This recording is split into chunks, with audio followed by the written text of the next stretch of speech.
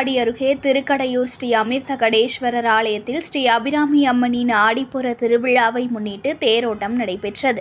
ஸ்ரீ அபிராமி அம்மன் திருத்தேரில் எழுந்தருளி பக்தர்கள் வடம் பிடித்து இழுத்து வழிபாடு நடத்தினர்.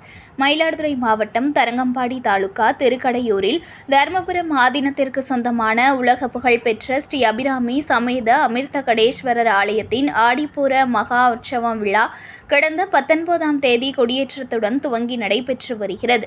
தினம்தோறும் ஸ்ரீ அபிராமி அம்மன் பல்வேறு வாகனங்களில் வீதி உலா காட்சி நடைபெற்று வந்த நிலையில் விழாவின் முக்கிய நிகழ்ச்சியாக 9ஆம் நாள் திருநாளில் திருத்தேரோட்டம் நடைபெற்றது. அலங்கரிக்கப்பட்ட தேரில் ஸ்ரீ அபிராமி அம்மன், விநாயகர், சண்டிகேஸ்வரர் எழுந்தருள செய்யப்பட்டு மகா தீபாராதனை நடைபெற்றது.